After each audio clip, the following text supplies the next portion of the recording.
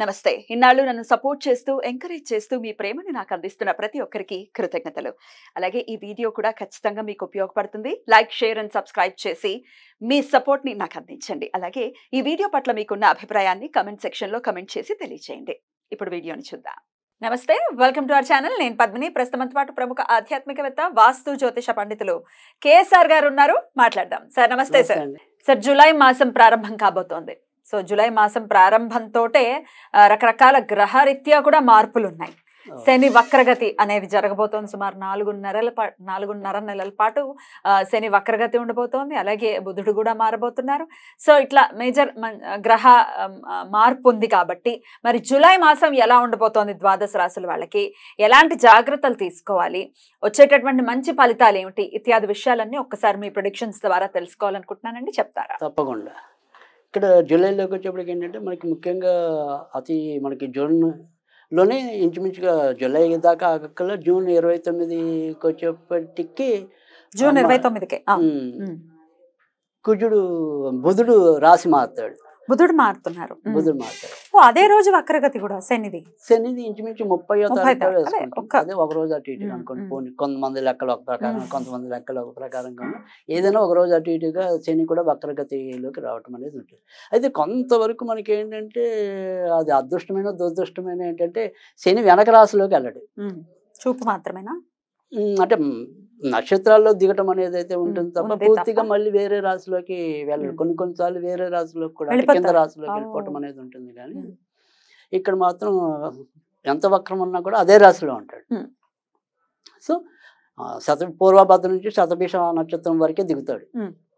So ఇంకా అంతకు మించి మార్పు అయితే ఉండదు శని వరకు. అది తర్వాత ఇదే జూలైలో ఇంచుమించుగా 2వ వారానికి వచ్చేప్పటికి ఆల్మోస్ట్ ఆల్ మనకి కుజుడు మరి దీంట్లో వృషభంలోకి వచ్చేయటం, తర్వాత ఇదే కర్కాటకంలోకి మళ్ళీ రవి శుక్రుల యొక్క ప్రవేశం ఇవన్నీ ఉంటాయి.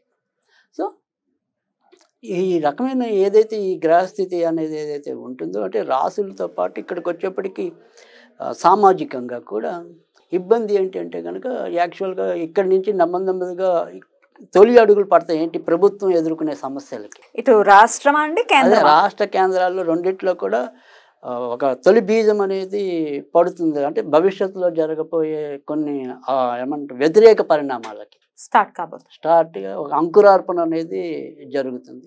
సో ముఖ్యంగా ఇది పూర్వభాద్రలో వెనక్కి రావటం అనేది ఉంటుంది. కాబట్టి ముఖ్యంగా ఈ కుంభరాశిలో కూడా పూర్వభాద్ర నక్షత్రం వాళ్ళు కొంత గడ్డు స్థితిని ఎదుర్కొనే అవకాశాలు అయితే ఎక్కువ కనిపిస్తుంది. అయితే ఇప్పుడు మనం ఒక్కొక్క రాశి గురించి అలాగో చెప్పుకుంటాం. దానికి పరిహారాలు కూడా ఉంటాయి కాబట్టి భయపడాల్సిన అవసరం లేదు. రైట్. మరి మేష వృషభ రాశుల వాళ్ళకి ఈ జూలై మాసం ఎలా ఉండబోతోందండి? సో ముఖ్యంగా మేష రాశి వారికి కనుక చూస్తే ఈ జూలై 2వ వారం నుంచి వీళ్ళకి ఎక్కువ మంచి ఫలితాలు ఉంటాయి.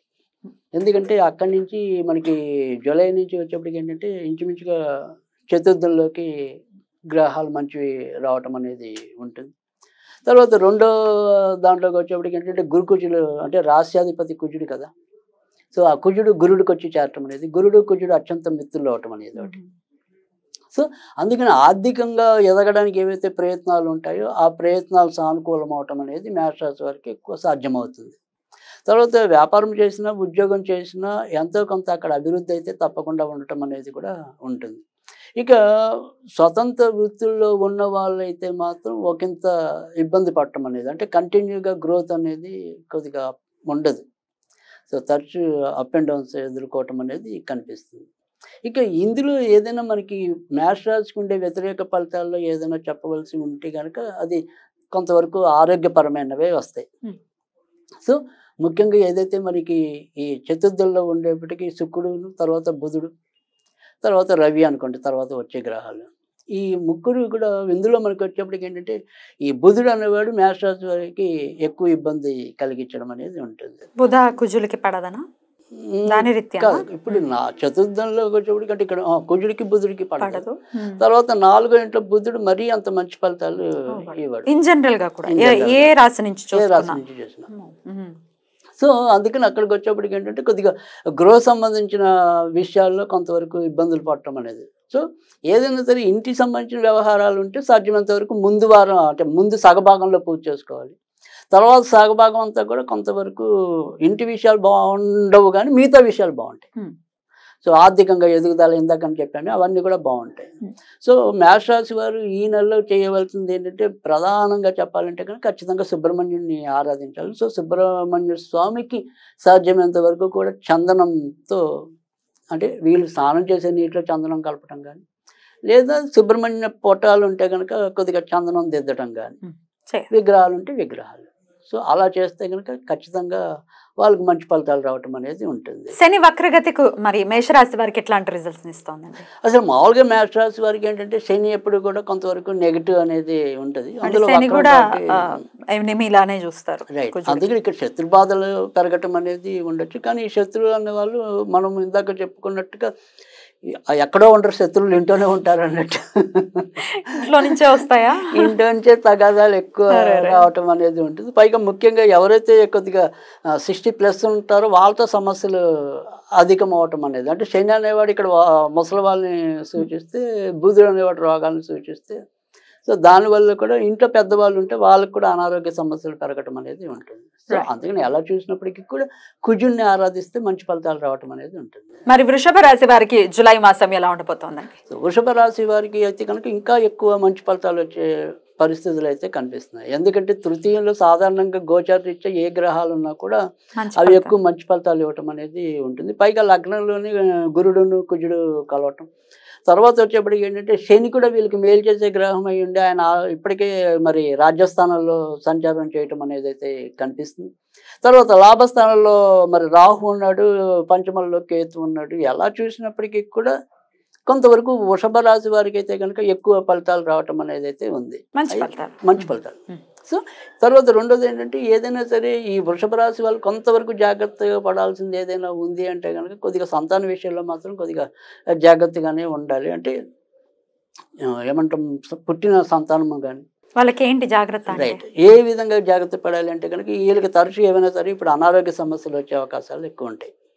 తర్వాత రెండోది ఏంటంటే కొత్తగా గర్భవతులైన వాళ్ళకి మొదట ఉండే ఈ 2-3 నెలలు ఈ గ్రహస్థితి అనేది ఒక 2 నెలల దాకా కొంతవరకు జాగ్రత్తగా, ఎందుకంటే లగ్నంలో అటు కుజుడు ఉండటం అనేది ఉంటుంది. తర్వాత రెండోది వచ్చేప్పటికి ఏంటంటే తర్వాత నెలలో అయినా కూడా మళ్ళీ చతుర్థంలోకి మిగతా గ్రహాలు రావటం అనేది ఉంటుంది. కాబట్టి అది అంత మంచి యోగం ఉండదు. సో ఇప్పటి నుంచి ఎవరైనా సరే కొత్తగా 3వ నెల 2వ నెల ఇలా ఉన్న వాళ్ళైతే కనుక కొంతవరకు ఈ జాగ్రత్తలు పాటించవలసి ఉంటుంది. కానీ మిగతా అన్ని విషయాలు అంటే సపోజ్ విదేశాలకు వెళ్ళాలనే కాంక్ష ఉంది, గత 2-3 అటెంప్ట్స్లో ఈ ఏదైతే వీసా రావట్లేదని బాధపడుతున్నారో వాళ్ళకి వీసా వచ్చే అవకాశాలు ఉన్నాయి.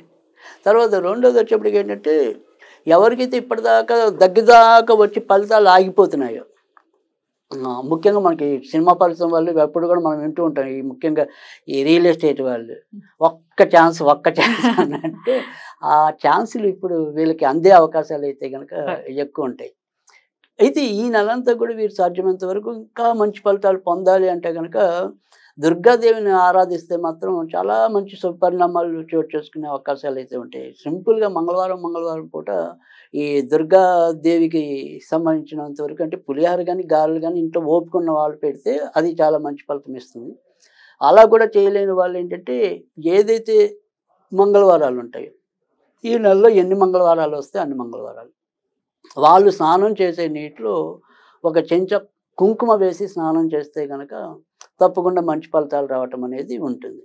తర్వాత ఇవి కూడా చేయలేము అనుకుంటే గనక పొట్టు మినపప్పు ఉంటుంది కదా, చాయ్ మినపప్పు కాదు. సో పొట్టు మినపప్పు ఏదైతే ఉంటుందో అది కొద్దిగా చిటికెడు నానవేసి ఈ మంగళవారం ఏదైనా చెట్టు లేదా మొక్క మొదల్లో అలా జల్లుతూ ఉంటే కనుక వారికి ఏవైతే ఆటంకాలు ఉన్నాయో ఆటంకాలు తొలగిపోవటం అనేది కూడా ఉంటుంది. కనుక అదొక్కటే సమస్య తప్ప, అంటే ఏదైనా ఇందాక చెప్పినట్టు సంతానం కానీ ఇంకేమైనా చిన్న సమస్యలు ఉంటే ఆ సమస్యలన్నీ తీరుతాయి. బట్ అధిక భాగం అయితే ఖచ్చితంగా వృషభ రాశి వాళ్ళకి అయితే మేలే జరుగుతుంది. రైట్ అండి, అద్భుతం. వృషభ రాశి వారికి జూలై మాసం ఎలా ఉంటుంది అనేది చాలా అద్భుతంగా వివరించారు. ఇక నెక్స్ట్ ఎపిసోడ్ లో మిథున కర్కాటక రాశి వారి గురించి మాట్లాడుకుందాం. థ్యాంక్ యూ సో మచ్ అండి. నమస్తే.